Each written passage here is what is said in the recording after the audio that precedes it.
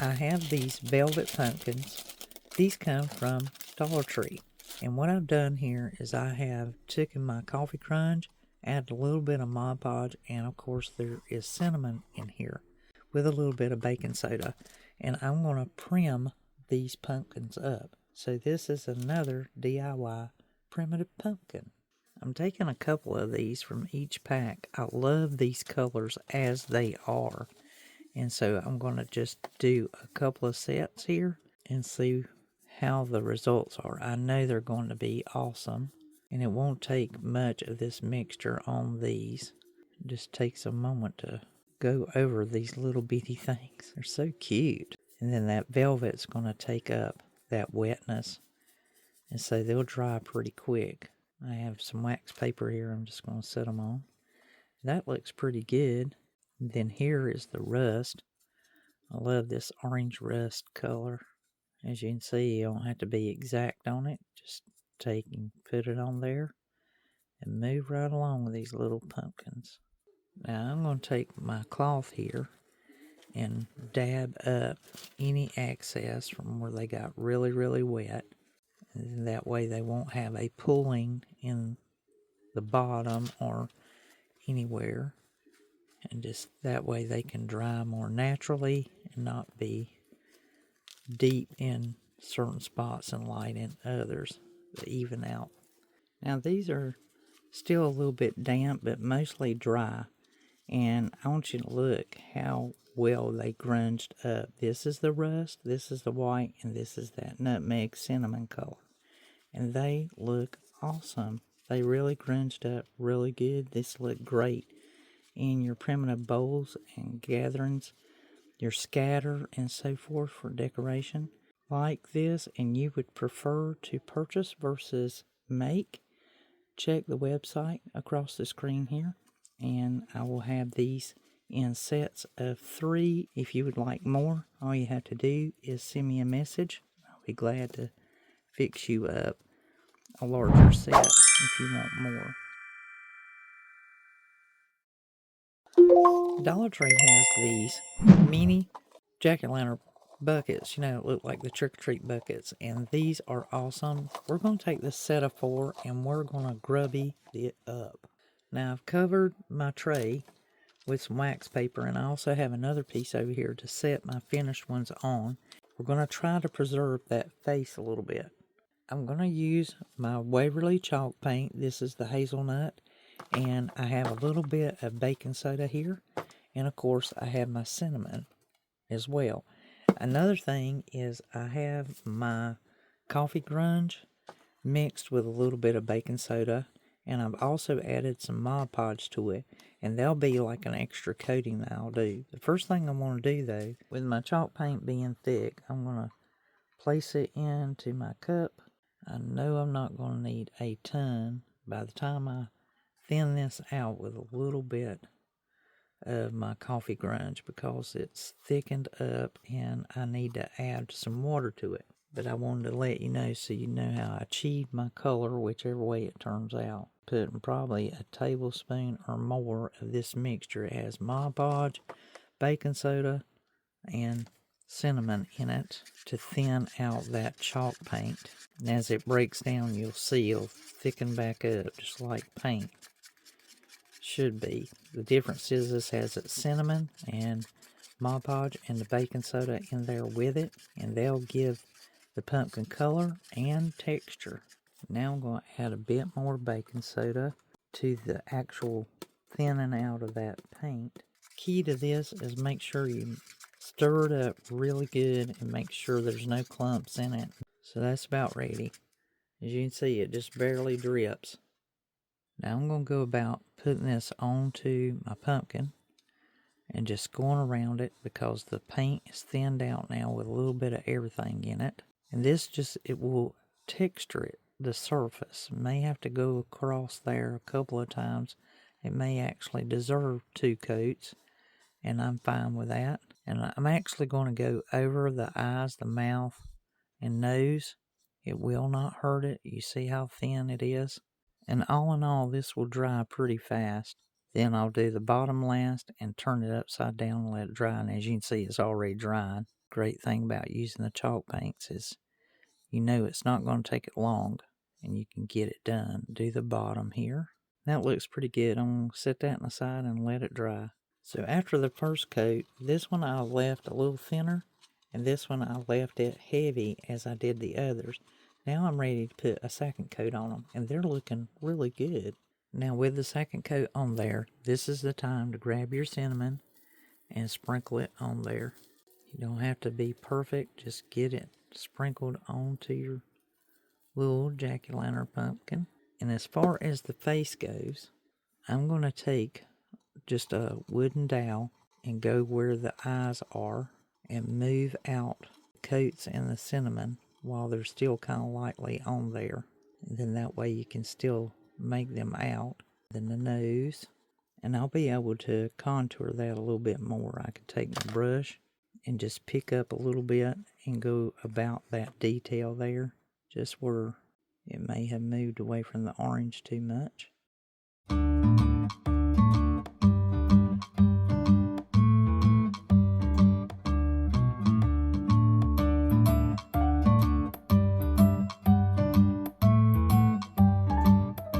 All of our pumpkins are good and cinnamonly dried, so I'm just going to take my chippy brush and dust off the difference, any extra cinnamon that might want to just voluntarily come off. These are the ones that were, so they were triple painted and dipped with the mixture, and they look really good, but it really has that prim look, and it looks just fine like that to me. Now these are the ones that were just twice painted and dusted with cinnamon, and they have a little bit different color.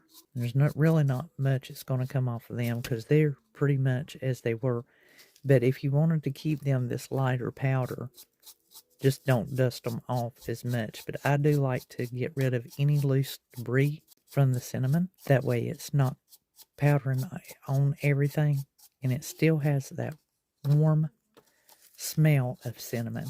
And I still save this cinnamon that's being dusted off. I'll just put it back into my container. And if you would rather purchase than to make, be sure to check the website right here on the screen.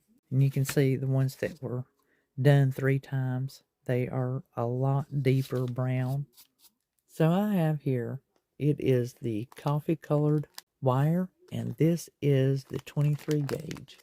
Now what's grand about this is you can use this floral wire, and we're going to put it on these buckets. I'll be sure to put you a link in the description box. I get this on Amazon, and you can just see this wonderful color that it has.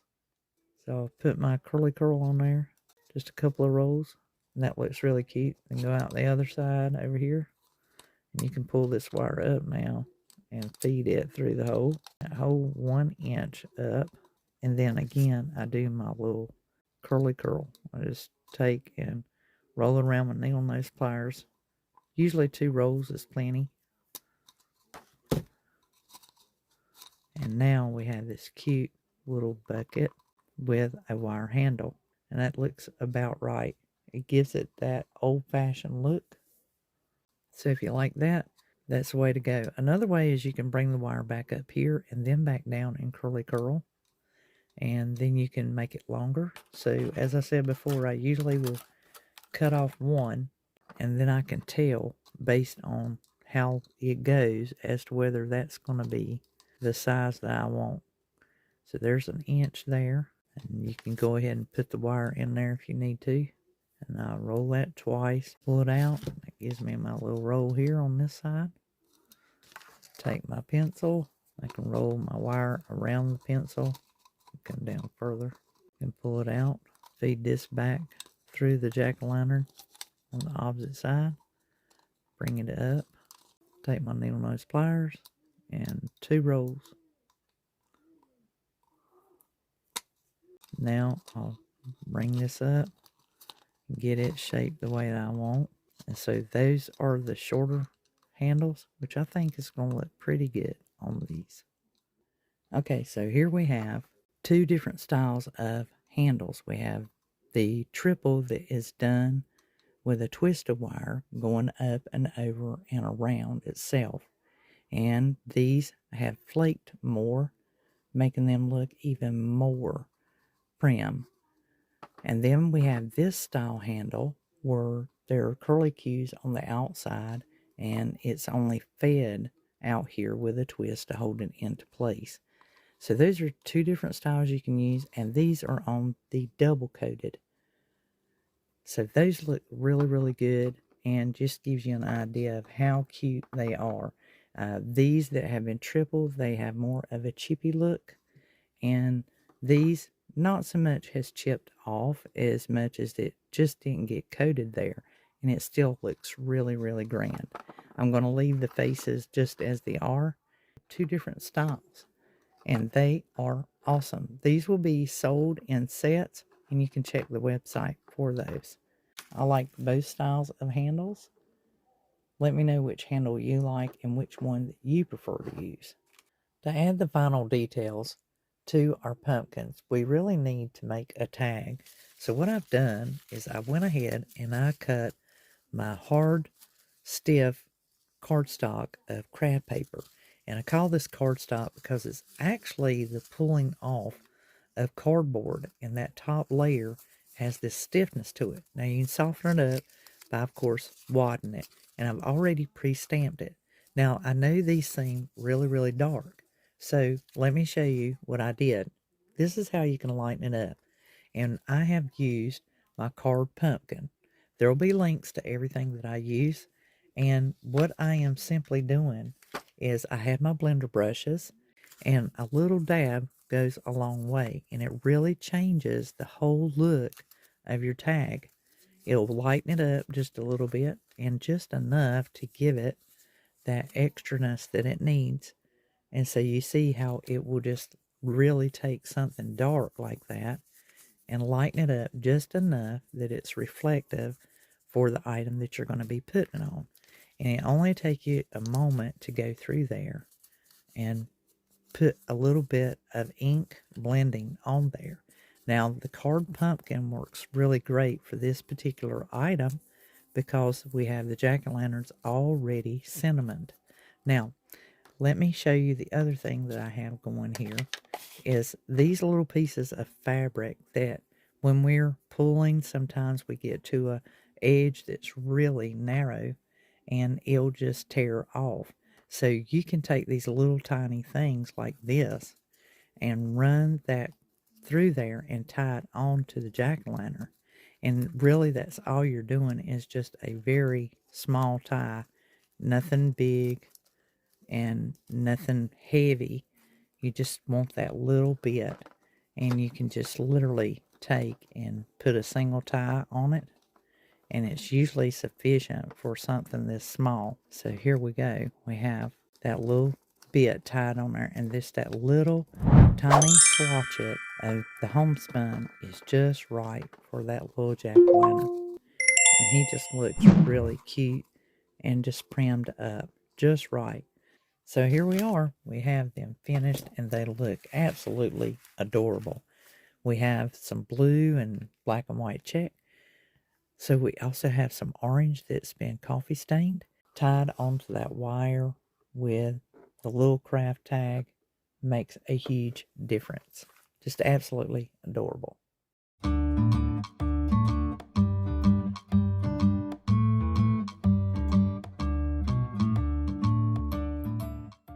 These faux vintage Halloween blocks are made using the Dollar Tree foam dice, Waverly ink, chalk paint, and some scrapbook paper, along with a book of element that is scrapbook as well.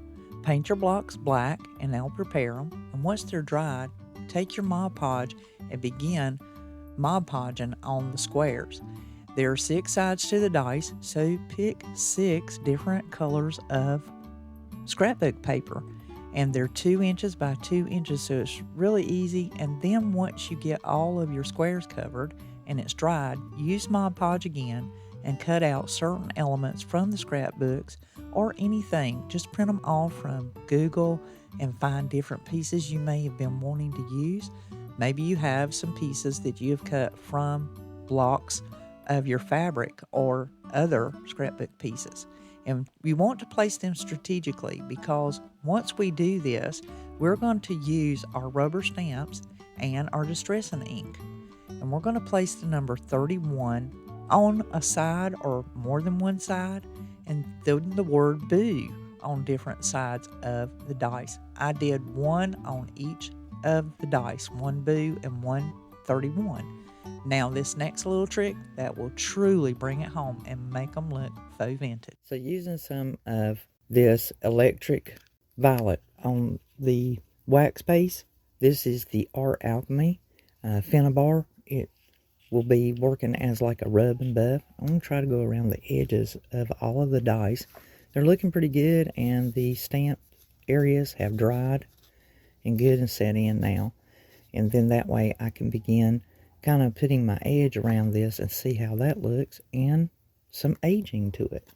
Now with these wax pastes, you can truly just use your finger to apply. You can use a brush and anything you want. And I just literally have that little bit that's on my finger from where I just took the cap off of that and put some onto my plate. And as you can see, this one is the electric violet has ability to be like blue and purple, so on this medium. So the colors you see here, this purple and this pink, is a lot of times what you can get depending on what you're putting on, if it's metal or wood or paper and that kind of thing. The reason why I'm using the wax paste versus ink or paint is ink can smear real easy on this because it's been Mod Podged.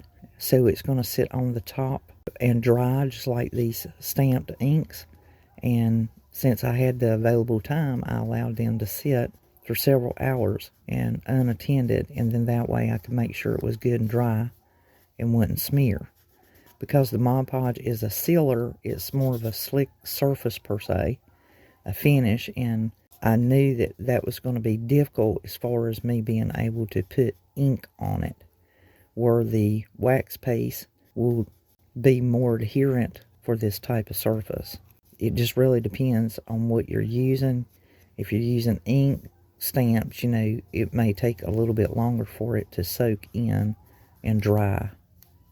So just be aware of that. And that's looking pretty good. It's giving that hue, and I like it. And let me see how much more will be effective going around the edges here. And it doesn't take but a moment to go along that. A little goes a long way with this. If you've not ever used them before, this is a good thing that you can trial it out on. That way, if it does go south, you can easily go over that with a dirty brush of paint and or your stamps. That just looks fantastic.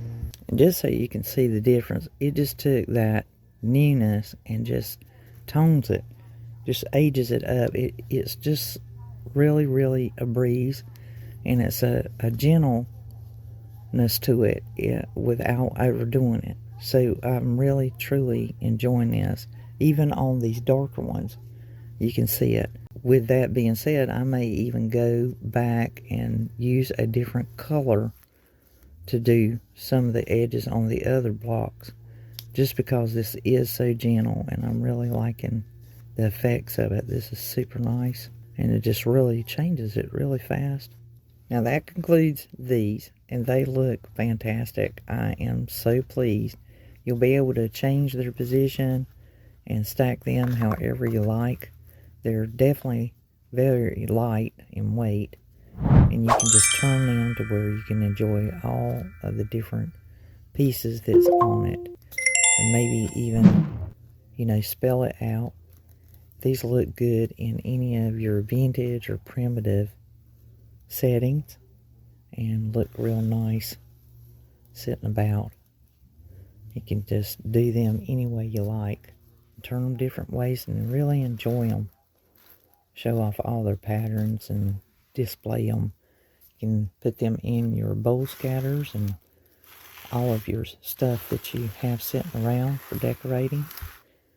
And you use them through Halloween, and then again, if you are a fan of any of the mystic stuff, and the fantasy themed, or any of your bowls and dough bowls for your fillers for autumn, they will be suitable. So enjoy the foam dice. I think they turned out terrific, and even better than I had pictured.